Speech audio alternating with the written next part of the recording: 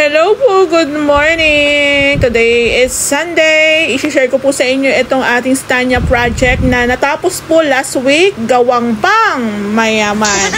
Ito po yung before and after niya. Ginawa po namin siya 2 months mahigit. Ayan po ang itsura niya. Yung mahaba po yung harapan, then isa lang po yung bathroom nito. So, pag nag-start po ng renovation, kailangan po may permit para po sa harap at likod. Meron din pong permit si developer. Ayan, nakadikit dito sa ating main door. Para alam nila, aware din po yung mga guards na may permit itong ating unit. So, sa bird type, turnover, ganito po ang itsura niya. Naka-steel deck, bird type, walang pintura, walang tiles. Nandito sa loob ang pinakalababo. Ayan, yung back door natin, yung bintana. So, andito yung ating lababo. Ayan, may tubig, di ba? Naghanda rin po pala kami ng drum gawa ng yung supply po ng tubig is hindi stable. By schedule po siya. Ayan, so pag ganyan pong starting kami, naglalagay na po kami ng team, mga 3 to 4, ayan. Ito po yung likod. Ito po yung pinaka-back extension. Maraming bawal, pero may-ari pa rin na masusunod. Ganun po sa amin. So, nagkakaroon naman po kami ng waiver para katunayan na yung mga decision dito sa unit nila is wala po kaming pananagutan. So, alam nyo na, pag sa amin kayo nagpagawa, lahat po ng gusto nyo, yun po ang masusunod basta pwede. Ayan. Itutur ko po muna kayo sa itsura po ng bahay nung hindi pa po siya nare-renovate. Bird type, walang tiles, walang pintura, walang kisame, pero may wirings. Sa Stanya po, mas mataas po ang roofing, pero wala rin po siyang insulation.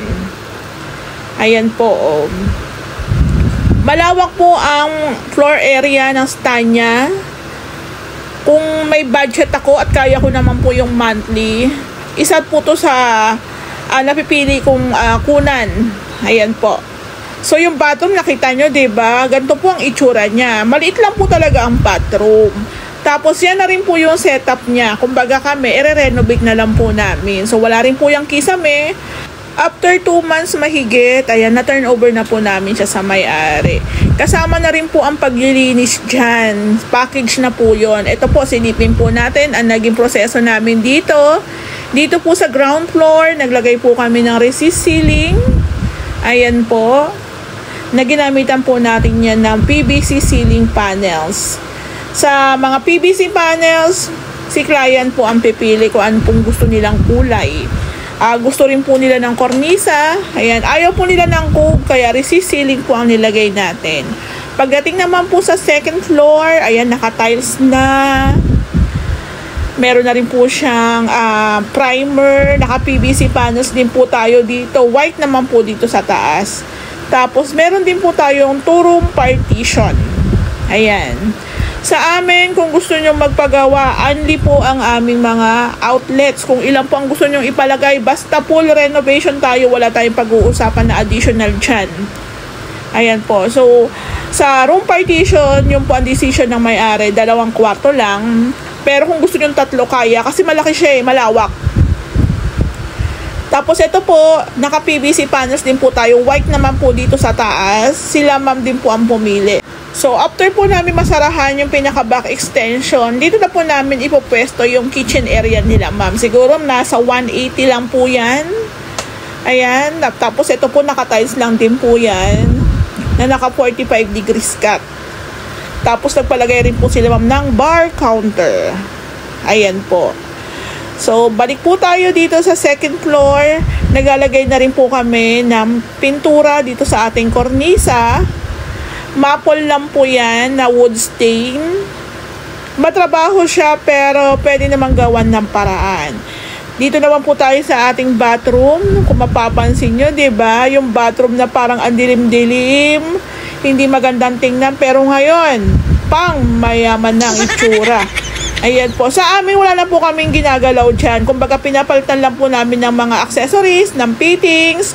Pero yung laki po ng bathroom, same pa rin po sa dati pong naka-bird type. Ayan.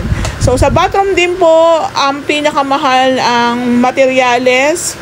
At the same time yung accessories kasi ang dami po niyang accessories. Naka PVC panels din po tayo dito. May exhaust fan. Ayan po, 2 pin lights.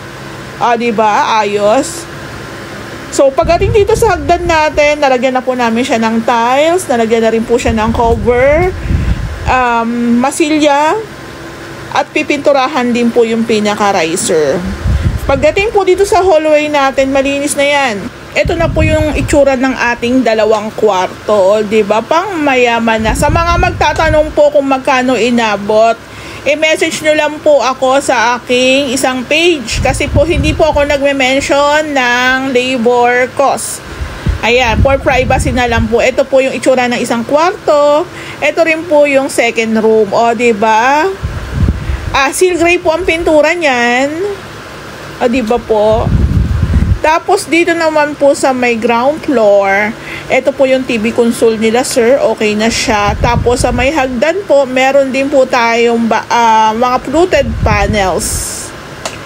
Tapos ito na po yung ating bar counter. Ito na po yung ating kitchen area na pang mayaman na ang datingan, diba? So yung mga accessories po, si client po ang bumili. Pati po yung mga accessories nila dito sa kitchen, sila rin po ang bumili. Pero yung cabinets po nila is aluminum po yan. Sila po ang kumontak doon sa kanilang pinagawaan. Ayan.